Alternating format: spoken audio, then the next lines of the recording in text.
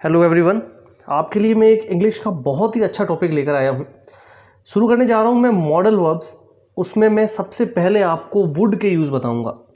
जितने भी इंग्लिश में वुड के यूज़ होते हैं, इससे बाहर कुछ नहीं जाएगा। इस वीडियो में मैं सारे के सारे वुड के जो यूज़ हैं वो आपके सामने ला दूँगा। हर एग्ज़ाम के लिए, चाहे आप एसएससी की कर रहे हैं, चाहे कोई भी लेवल के, सीजीएल से लेकर सीपीओ, एमटीएस, किसी भी तरह के एग्ज़ाम में, या फिर यूपीएससी के सीडीएस, एनडीए, इस तरह के एग्ज़ाम में इंग्लिश में जो सवाल आते हैं उसमें वुड से रिलेटेड जो भी आपका डाउट होगा वो आज मैं दूर कर दूंगा। चलिए बिना टाइम वेस्ट किए हम शुरू करते हैं। वुड का सबसे पहला यूज़ कहाँ होगा? देखिए, वुड जो है वो विल का पास्ट होता है।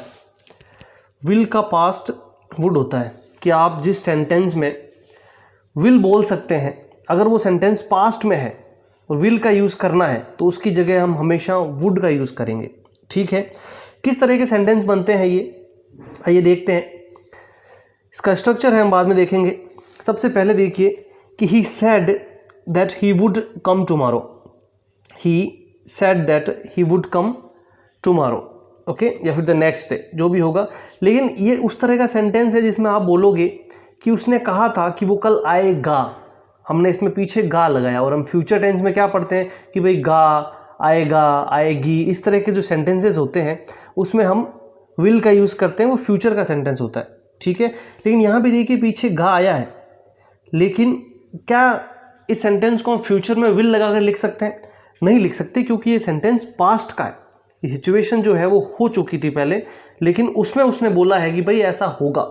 तो he said that he would come tomorrow, और ये हमें पता कैसे चलेगा? ये सेड है ना, ये पास्ट का वर्ब है यहाँ पर। उससे हमें पता चलता है कि ये बात फ्यूचर की है, लेकिन ये हुआ पास्ट में था। ठीक है, तो इसी से हमें पता चलेगा यहाँ जब भी पास्ट का सेंटेंस होगा उसमें हम हमेशा वुड कैरी करेंगे, ना कि विल। ठीक है, तो he said that he would come tomorrow, उसने कहा था कि वो कल आएगा। ठीक है, सब्जेक्ट आया, कुछ भी हम यहाँ पे सेकंड फॉर्म लगा सकते हैं। ठीक है, सैड थॉट, उसके बाद में दैट, और उसके बाद में सब्जेक्ट, और फिर वुड प्लस वर्ब। ठीक है, तो he said that he would come tomorrow. इस तरह के और सेंटेंसेस बनेंगे इस टेंस में, आगे हम और देखेंगे, लेकिन सबसे पहला यूज़ ये है। सेकंड यूज़ देखिए, और जो कि मोस्ट कॉमनली यूज्ड है। अगर आपसे कोई वुड का यूज पूछेगा तो सबसे पहला यही होगा कि भाई पोलाइट रिक्वेस्ट या कोई ऑफर देना हो आपको, तो हम वुड का यूज़ करते हैं। ठीक है, सिंपल सा इसका स्ट्रक्चर है कि वुड यू लगता है और बाद में हम वर्ब लगा देंगे। जैसे कि would you help me with this, would you help me with this, कि भाई क्या तुम इसमें मेरी मदद करोगे। ठीक है, अब इसमें हम चाहें तो कैन भी लगा दें या कोई दूसरा मॉडल वर्ब लगा दें, लेकिन हम वुड क्यों लगाएंगे?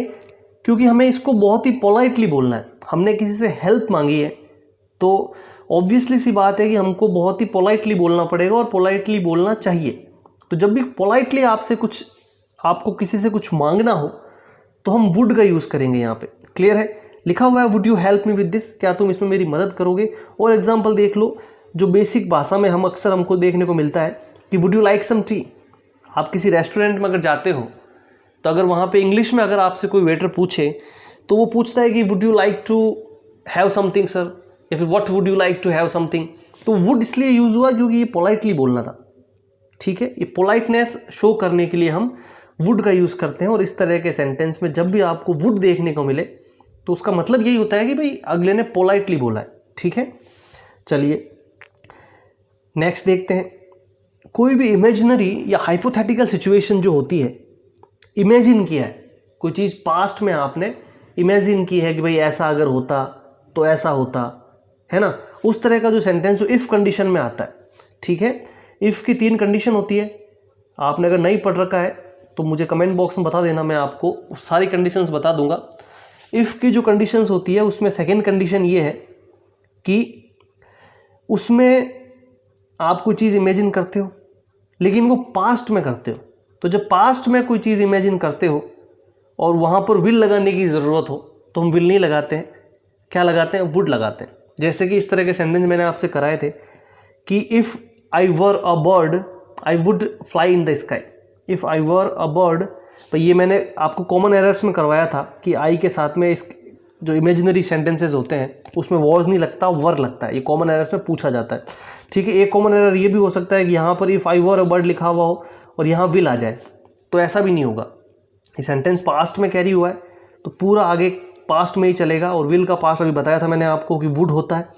तो सेंटेंस कैसा रहेगा कि if I were a bird I would fly in the sky. क्या अगर मैं एक पक्षी होता तो मैं आसमान में उड़ता, ठीक है। इमेजिन करने वाला सेंटेंस है, इमेजिनरी है, सपोज किया गया इसमें, तो यहाँ वर आएगा और अगले सेंटेंस में वुड आएगा, ठीक है।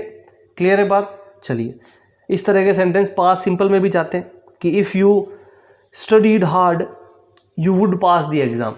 तो पास्ट सिंपल आया है, पास्ट टेंस है सिंपल, तो आगे वुड कैरी करेगा, ठीक है। आगे और एक कंडीशन होती है, वो भी मैं आगे और कराऊंगा आपको। चलिए नेक्स्ट क्वेश्चन देखिए, फ्यूचर इन द पास्ट। जैसा मैंने आपको सबसे पहले करवाया था कि कोई चीज़ पास्ट में हो लेकिन उसको सुनकर ऐसा लगे कि फ्यूचर में है। जैसे कि हम पास्ट सिंपल में यूज़ करते हैं कि भाई ऐसा होगा, तो गा यूज़ करते हैं ना, वो पास्ट में भी हम कर सकते हैं। जैसे कि देखिए कि I thought he would arrive by now, कि भाई मैंने सोचा था कि वो अभी तक आ जाएगा, ठीक है। कब की बात है? पास्ट की बात है, मैंने ऐसा सोचा था, ठीक है। विल यूज़ करना चाहोगे आप, लेकिन जब सेंटेंस पास्ट में है तो उसको हम पास्ट में ही आगे कैरी करेंगे, और विल की जगह हम क्या यूज़ करेंगे? वुड का यूज़ करेंगे, ठीक है। मतलब पास्ट में खड़े होकर फ्यूचर के बारे में कोई प्लान बनाना या फ्यूचर के बारे में सोचना कि भाई ऐसा होगा। तो बात जब पास्ट की है, सेकंड फॉर्म आई है यहाँ पे, पास्ट सिंपल आया है, तो हम इसको वुड में कैरी करेंगे, ठीक है। इस तरह के सेंटेंस भी आपको देखने को मिलते हैं। कॉमन एरर्स में पूछ लेते हैं कि भाई यहाँ थॉट लिखा हुआ है और यहाँ विल लिख देंगे, ठीक है। तो ऐसा नहीं होगा, विल की जगह क्या आएगा? वुड आएगा। कॉमनली यूज्ड जो वर्ड है वो विल की जगह वुड आ रहा है, ठीक है, और पोलाइटनेस में आ रहा है। और आप कोई चीज़ अगर सपोज करते हैं, मानते हैं, इमेजिन करते हैं, तब आ रहा है, ठीक है। और जो सबसे इंपॉर्टेंट है यहाँ पर, ये रिपीटेड, नेक्स्ट है ये कि रिपीटेड पास्ट एक्शंस है। अगर आपकी कोई पास्ट में हैबिट है, पास्ट में अगर आप कोई काम रोज करते थे, जैसे कि अगर आप बोले कि जब मैं छोटा था तो मैं रोज खेलता था, वो एक रेगुलर एक्शन हुआ, आपकी हैबिट हुई। यूज्ड टू की जगह, अगर आपको यूज्ड टू का मतलब पता है तो यूज्ड टू की जगह हम क्या यूज कर सकते हैं? वुड यूज कर सकते हैं। यूज्ड टू का मतलब होता है पास्ट में कोई रेगुलर एक्शन, जो काम रोज होता था, ठीक है। सेंटेंस देखो कि every summer we would go to our grandparents house, कि भाई हर गर्मी में, एवरी समर हम लोग जाते थे हमारे ग्रैंड पेरेंट्स के घर, ठीक है। हमारे दादा दादी के घर हम जाते थे, जाया करते थे हर गर्मियों में। रेगुलर एक्शन है ना पास्ट का, तो जब भी रेगुलर एक्शन होगा हम यहाँ पे यूज्ड टू भी यूज़ कर सकते हैं, यूज्ड टू। लेकिन यूज्ड टू की जगह अगर हम वुड यूज़ करना चाहें तो वो बिल्कुल सही होगा, ठीक है, बिल्कुल सही होगा यहाँ पर। तो यूज्ड टू वुड का मतलब एक ही होता है, बहुत ही कॉमनली यूज्ड है, आपको अक्सर ये लाइन देखने को मिलेगी, ठीक है। तो पास्ट में कोई रेगुलर एक्शन, ठीक है। नेक्स्ट देखिए कि आपको जब कोई प्रेफरेंस देनी है, प्रेफरेंस दो कामों के बीच में आपको प्रेफरेंस देनी है, जिसमें हम या तो वुड रेदर यूज़ करेंगे या फिर यूज़ करेंगे वुड प्रेफर, ठीक है। वुड रेदर, वुड प्रेफर के सेंटेंस आपको बहुत देखने को मिलेंगे, ठीक है। सबसे पहले देखते हैं कि वुड रेदर का सेंटेंस और वुड प्रेफर का सेंटेंस में क्या फ़र्क होता है। वुड रेदर देखिए, I would rather stay home than go out. सबसे पहली बात तो यहाँ पे वुड रेदर और उसके बाद में यहाँ देन आएगा, ठीक है। वुड रेदर के बाद में वर्ब आएगी और उसके बाद में ऑब्जेक्ट और उसके बाद में देन, ठीक है। तो इसका मतलब क्या हुआ कि भाई आई वुड रेदर स्टे होम, ठीक है, देन गो आउट। मतलब दो काम में कौन से काम को प्रायोरिटी दी आपने? घर रहने को, कि भाई बाहर जाने से अच्छा है कि मैं घर पे रहना पसंद करूँगा, बाहर जाने के बजाय मैं घर रहना पसंद करूँगा। तो उसने घर पे रहना ज़्यादा प्रायोरिटी दी, वुड रेदर। इस तरह के सेंटेंस में हम यूज़ करते हैं। कभी ऐसा सेंटेंस आपके सामने आ जाए तो उसको ट्रांसलेट करने में आपको दिक्कत नहीं होनी चाहिए।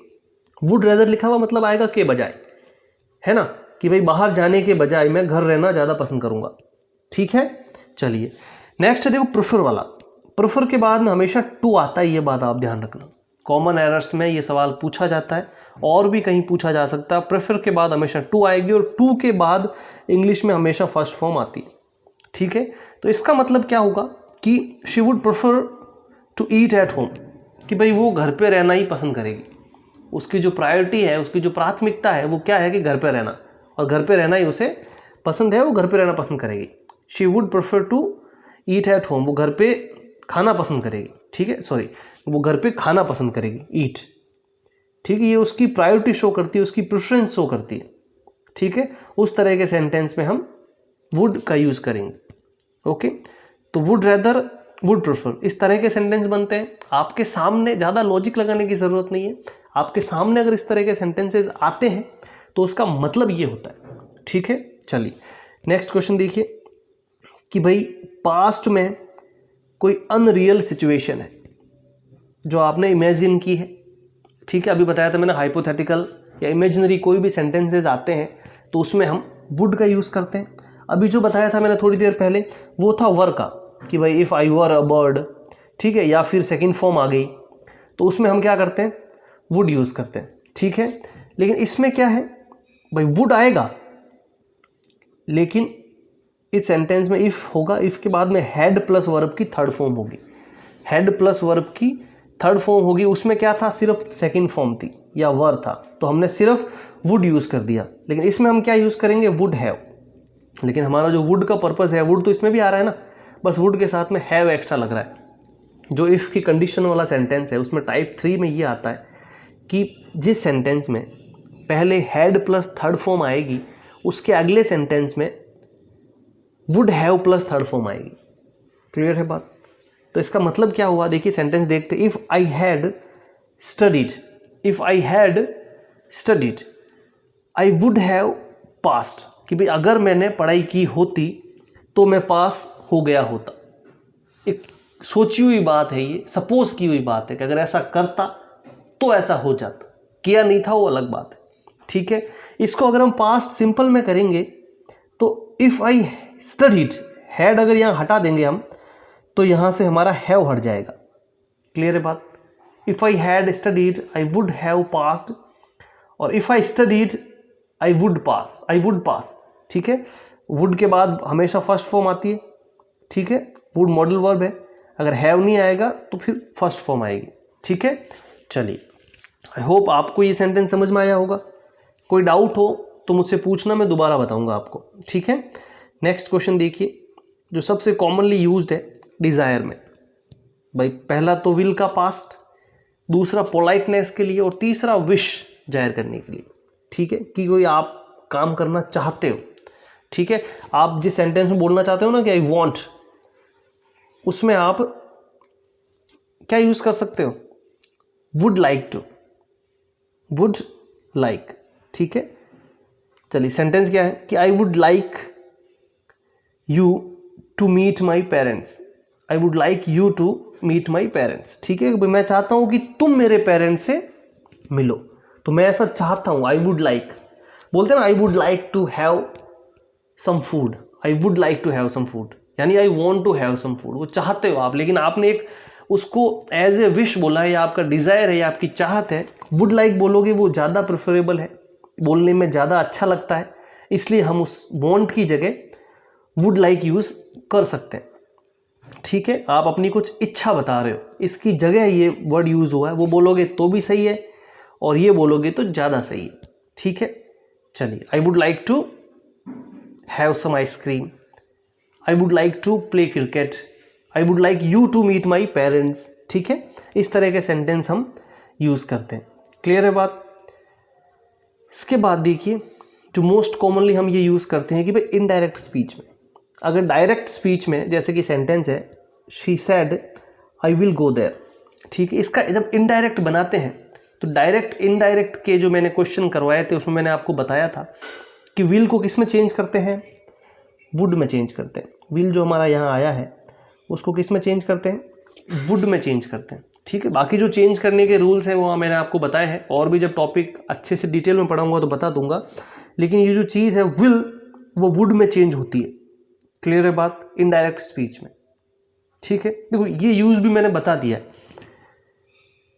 डाउटफुल और टेंटेटिव स्टेटमेंट्स, भैया आपने जो विश की थी वो अलग बात है, और कोई ऐसा सेंटेंस अगर आपको बोलना हो जिसमें 100% श्योरिटी नहीं है, 100% श्योरिटी नहीं है, ठीक है, बात चाहे फ्यूचर की हो रही है लेकिन उसमें श्योरिटी 100% नहीं है। जैसे कि अगर आपको बोलना हो कि ये चीज़ तो कहना मुश्किल होगा, ये चीज़ कहना मुश्किल होगा, कठिन होगा, तो क्या बोलेंगे, that would be difficult to say, है ना, कि भाई 100% श्योर नहीं है ना। अगर इसको ऐसे बोलूँ कि that will be difficult to say, कि इसको कहना मुश्किल होगा, ट्रांसलेशन यही है, लेकिन आपने विल लगाया, इसका मतलब कि हाँ पक्का वो कठिन होगा, मतलब मुश्किल होना ही होना है, 100% गारंटी है। लेकिन आपने वुड यूज़ किया है ना, तो मुश्किल तो है लेकिन 100% उसकी गारंटी नहीं है, उसमें कहीं ना कहीं थोड़ा डाउट है, ठीक है। अगर कहीं ऐसा सेंटेंस आप पढ़ो या अगर आपसे कोई ऐसा सेंटेंस बोले उसमें आपको वुड यूज़ किया है कि आई वुड कम, है ना, एक तो हो गया कि आई विल कम, और एक मैं बोल दूँ आई वुड कम, कि यस आई वुड कम, तो जो वुड बोल दिया मैंने, मतलब उसका यही होगा कि मैं आऊँगा, लेकिन थोड़ा उसमें डाउट हो जाएगा कि भैया 100% आने के चांसेस नहीं है। क्लियर है बात। ये थे वुड के सारे यूजेस, जितने भी होते हैं इंग्लिश में मैंने आपको सारे करवा दिए। इससे बाहर आपका एक भी डाउट नहीं जाएगा, इससे बाहर किसी भी तरह का सेंटेंस आपको देखने को नहीं मिलेगा, ये मेरी गारंटी है। फिर भी अगर आपको कोई मिल जाए तो प्लीज़ आप कमेंट बॉक्स में मुझे बताना, ठीक है। और किस तरह के टॉपिक्स पर आप पढ़ना चाहते हो उसके बारे में भी बताइए, मैं आपके लिए वो प्रेफरेंस दे के वो टॉपिक बनाऊंगा और आपको समझाने की कोशिश करूंगा। Thank you so much for watching the video. Please like and subscribe my channel, ठीक है। और लोगों को जोड़ने की कोशिश कीजिए ताकि मैं और अच्छे अच्छे वीडियोस बना सकूं। Thank you so much.